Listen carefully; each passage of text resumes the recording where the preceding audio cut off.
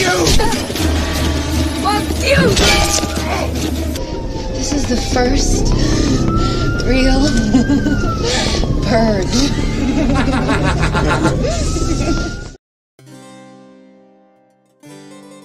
Halo, apa kabar semua? Selamat datang di channel Om Burhan. Om harap yang nonton di channel ini masih pada sehat dan waras ya. Pada video kali ini, Om akan membahas kelanjutan dari film The Purge, yakni The Forever Purge yang dirilis pada tahun 2021. Di mana film ini masih berkonsep sama, yakni tentang kegiatan pembersihan yang melegalkan segala kejahatan di negara Amerika. Namun kali ini, kegiatan tersebut akan semakin brutal dan anarkis. Kenapa bisa begitu? Ya udah, Om coba ceritain ya. Tapi sebelum itu, jangan lupa untuk subscribe dan tonton video ini sampai habis.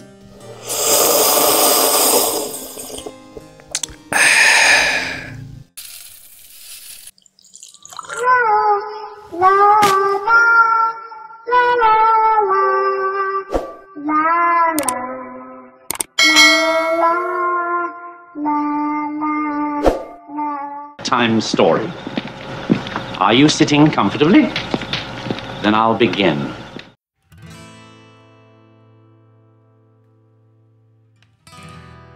Film diawali dengan bersetting pada tahun 2048, yakni 8 tahun setelah Senator Charlie telah menjadi presiden pada film The Purge Election Year, di mana pada masa pemerintahannya tidak terjadi kegiatan pembersihan. Lalu perhatian kita tertuju kepada pasangan suami istri bernama Adela dan Juan yang berasal dari Meksiko, yang saat ini pun berniat melewati perbatasan secara ilegal untuk menuju Texas bersama sekelompok warga Meksiko lainnya.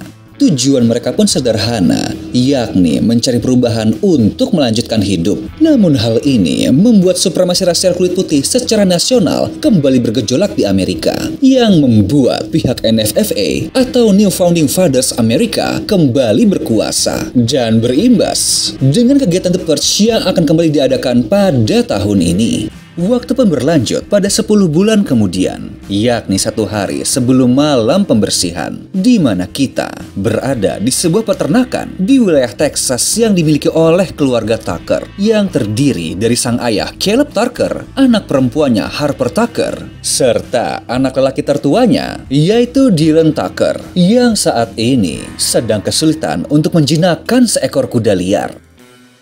Sang ayah pun akhirnya memanggil seseorang yang dianggap dapat mengemban tugas ini, dan tidak lain adalah Juan yang saat ini sudah bekerja di tempat tersebut bersama dengan temannya yakni Titi.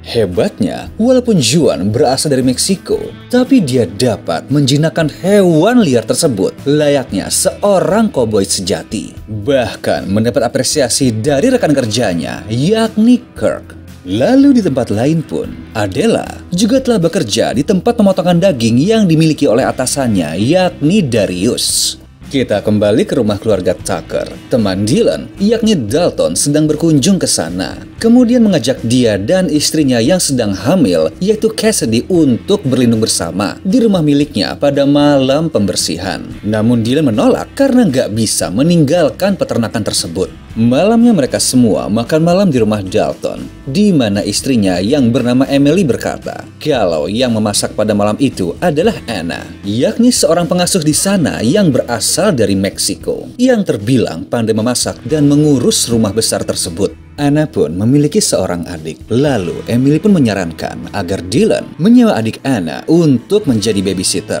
di saat Cassidy telah melahirkan. Namun hal ini ditolak karena sepertinya pria ini nggak menyukai orang Meksiko. Hari pun berganti, yakni 10 jam sebelum waktu pembersihan dimulai. Di peternakan keluarga Tucker, Dylan pun kembali memprovokasi Juan dan berusaha mengadu domba dia dengan Kirk. Namun mereka tidak terpengaruh oleh hasutan tersebut. Saat selesai bekerja, Caleb pun membagi-bagikan uang bonus kepada semua pekerjanya yang diharapkan dapat berguna untuk melewati malam pembersihan. Dan tak lupa membahas kinerja Juan yang telah bekerja dengan sangat baik, sembari meminta maaf atas perlakuan anaknya yang kerap bersikap sombong karena masalah rasisme di Amerika.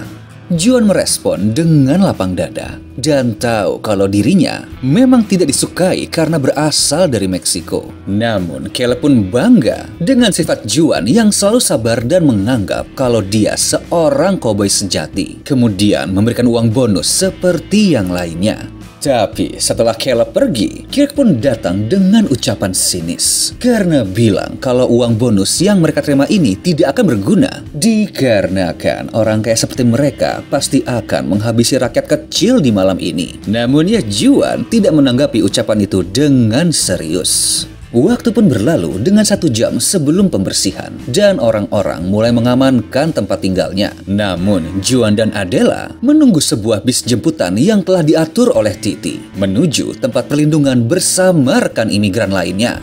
Kegiatan gila ini pun disayangkan oleh seorang kepala suku Indian bernama Chiago sebab dia yakin kalau The Purge hanya akan membuat warga Amerika menjadi sosok yang semakin membenci ras lainnya. Tampak keadaan jalan pun sudah semakin mencekam dan mereka akhirnya sampai di sebuah tempat perlindungan yang dijaga oleh para tentara bayaran bersenjata lengkap. Di dalam pun semua orang berkumpul dan tepat pada jam 7 malam muncul sebuah siaran darurat untuk memberitahu kalau dalam 12 jam ke depan segala bentuk kejahatan akan dilegalkan dengan diizinkannya penggunaan senjata kelas 4 ke bawah serta layanan sosial seperti rumah sakit atau kantor polisi pun tidak akan beroperasi. Namun para petinggi pemerintah tidak diizinkan menjadi target pembersihan. Lalu nggak lama, sirine pun berbunyi, pertanda kalau kegiatan The Purge telah dimulai.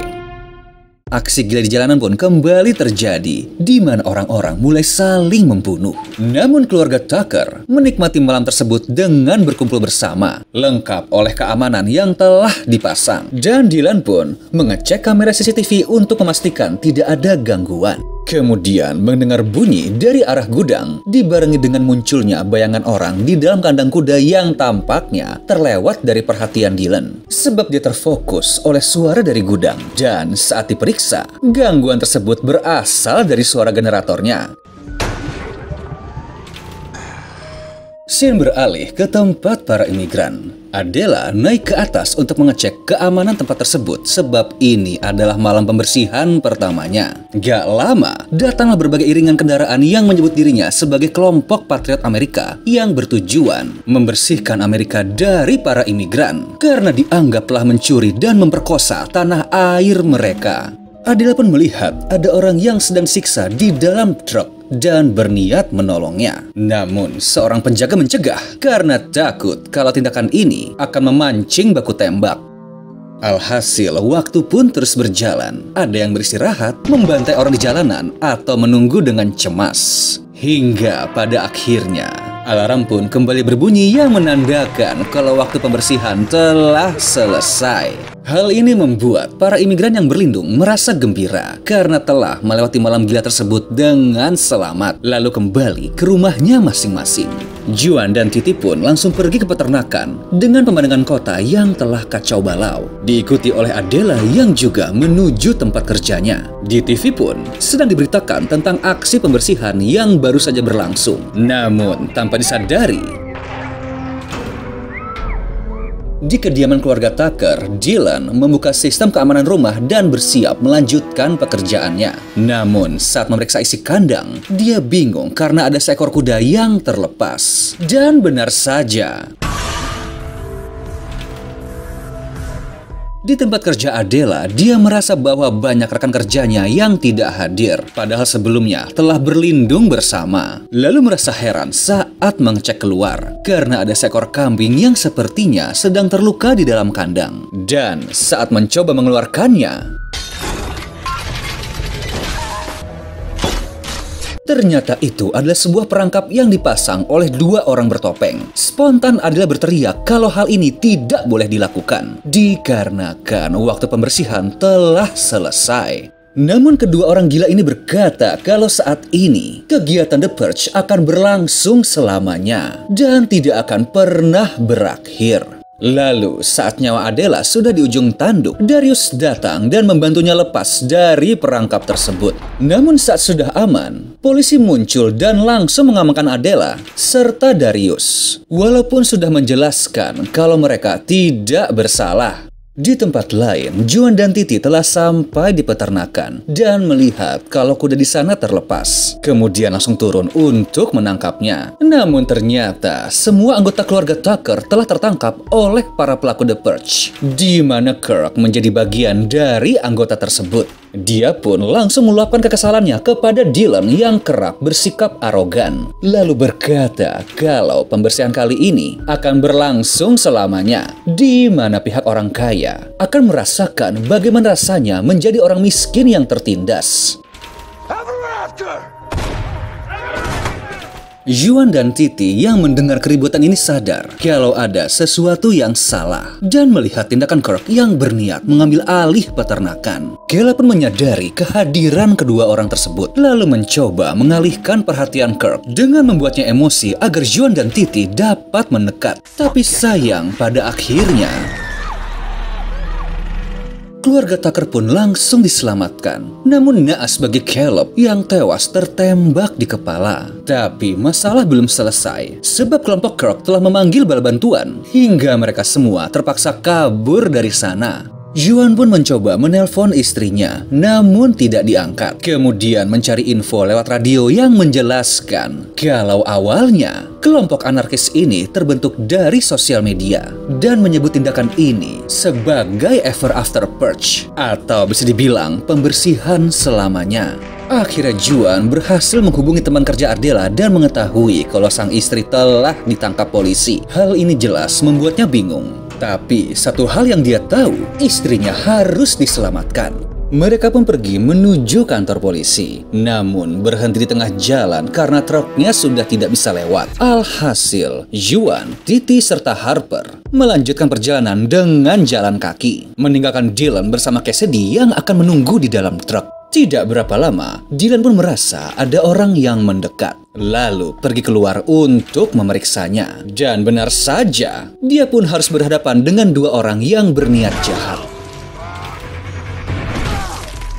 Di sisi lain, Adela dan Darius pun terjebak di dalam van bersama dua orang asing yang bisa dibilang merupakan anggota kelompok anarkis aksi pembersihan selamanya, di mana mereka terlihat emosi karena ingin ikut membunuh di jalan. Lalu tanpa diduga,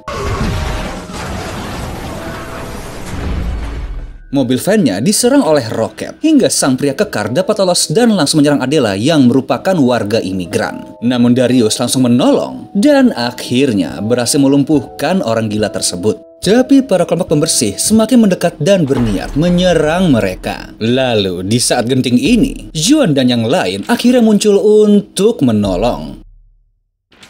Dylan pun datang menjemput, namun Darius menolak ikut sebab ingin mencari keluarganya. Lalu mereka semua pergi ke supermarket untuk mengumpulkan persediaan makanan sambil melihat siaran berita di TV yang berkata kalau banyak warga di daerah pinggiran kota mendukung aksi pembersihan selamanya, di mana pihak NFFE pun juga telah mengambil tindakan dengan mengerahkan pasukan militer ke seluruh kota agar dapat menghentikan kegiatan anarkis ini.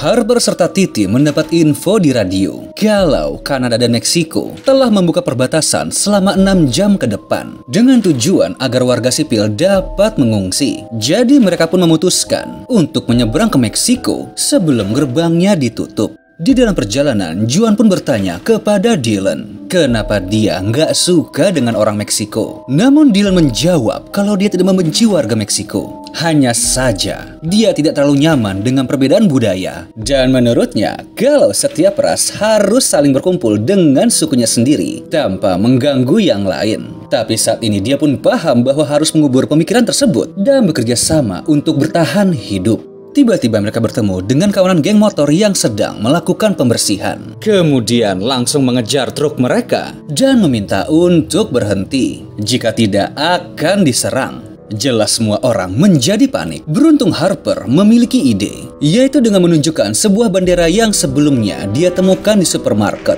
di mana ini adalah lambang dari kelompok pembersih agar mereka dianggap sebagai bagian dari geng anarkis tersebut. Benar saja, kawanan geng motor ini pun percaya dan melanjutkan perburuannya ke tempat lain.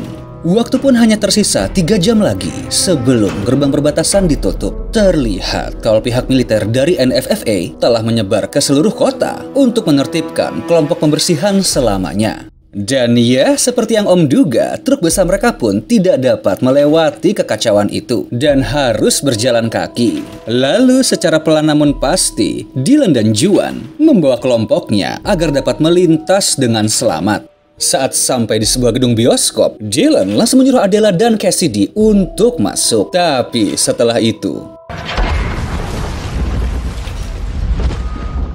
tanpa diduga, sebuah tank menyerang dan memblokir pintu masuk, membuat Adela serta Cassidy menjadi terpisah dari rombongan. Jadi mau tidak mau, mereka harus memutar untuk mencari jalan masuk lain.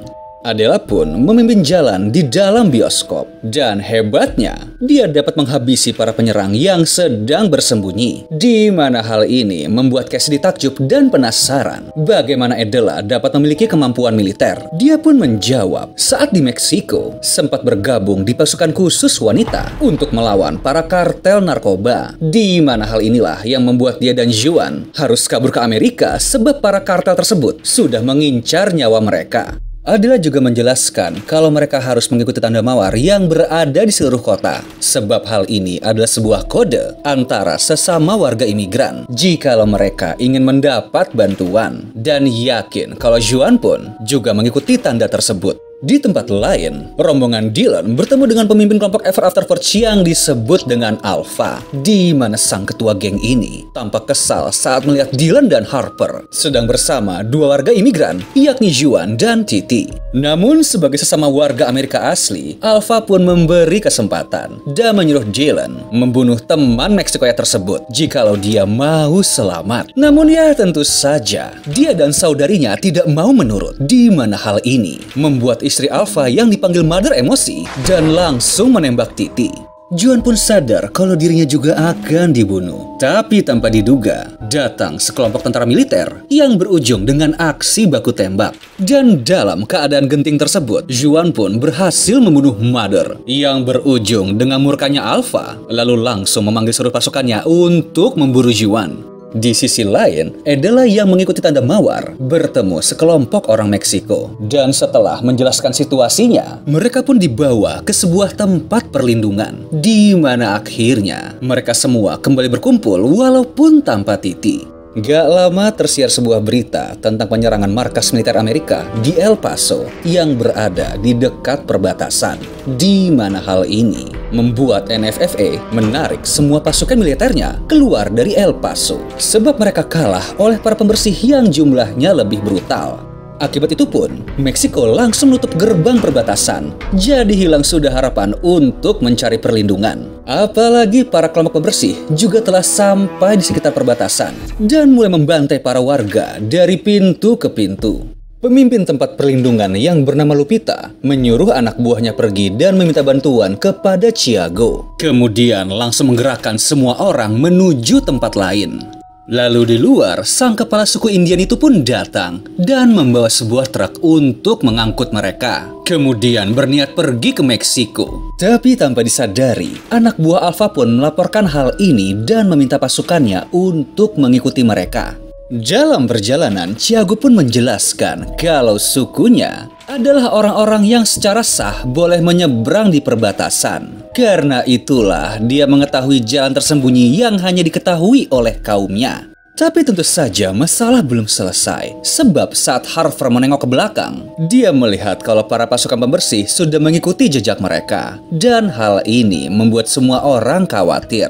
Lalu saat sampai, Thiago langsung mengerahkan semua orang pergi melewati sebuah bukit untuk menyeberang perbatasan sebelum Alpha dan kelompoknya sampai. Dylan juga langsung menyuruh Harper pergi bersama dengan Cassidy bersama dengan para rombongan imigran, di mana dia akan ikut membantu Juan dan yang lain untuk melawan para kelompok pembersih. Thiago pun langsung membagikan berbagai senjata yang dia punya. Dan saat para musuh sudah mendekat, mereka pun langsung memulai penyerangan.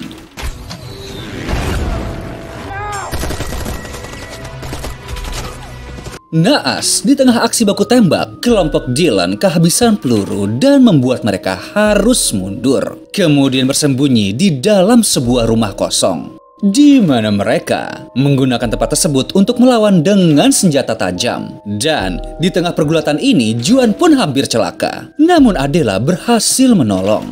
Tapi sial, dia malah disergap oleh Alpha. Thiago dan anak buahnya pun pergi menolong para warga yang sedang melewati perbatasan, diikuti oleh Juan dan Dylan. Sedangkan Adela diminta berteriak untuk memanggil Juan. Namun karena menggunakan bahasa Meksiko, Adela malah menyuruh Juan untuk membunuh Alpha. Lalu di saat genting, akhirnya sang ketua kelompok pembersih ini berhasil dilumpuhkan.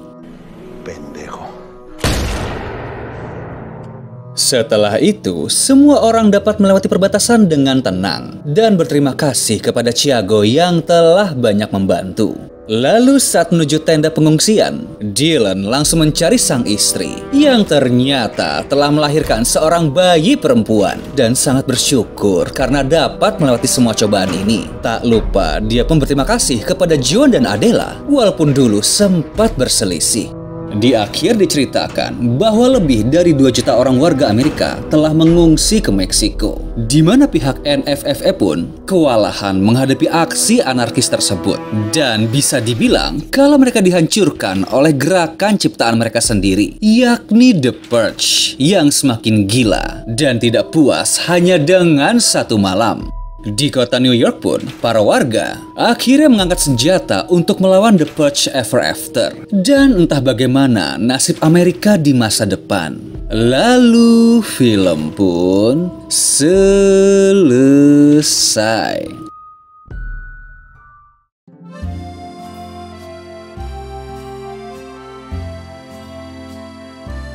Gimana filmnya? Well, bisa dibilang kalau akhirnya pihak pemerintah sudah kena karmanya sendiri. Dikarenakan program The Purge sudah semakin tidak terkendali. Dan setahu Om ya, walaupun dibilang kalau ini adalah sequel terakhirnya, namun pihak rumah produksi berniat untuk membuat seri terbaru. Jadi ya, kita tunggu aja deh ya kabar baiknya.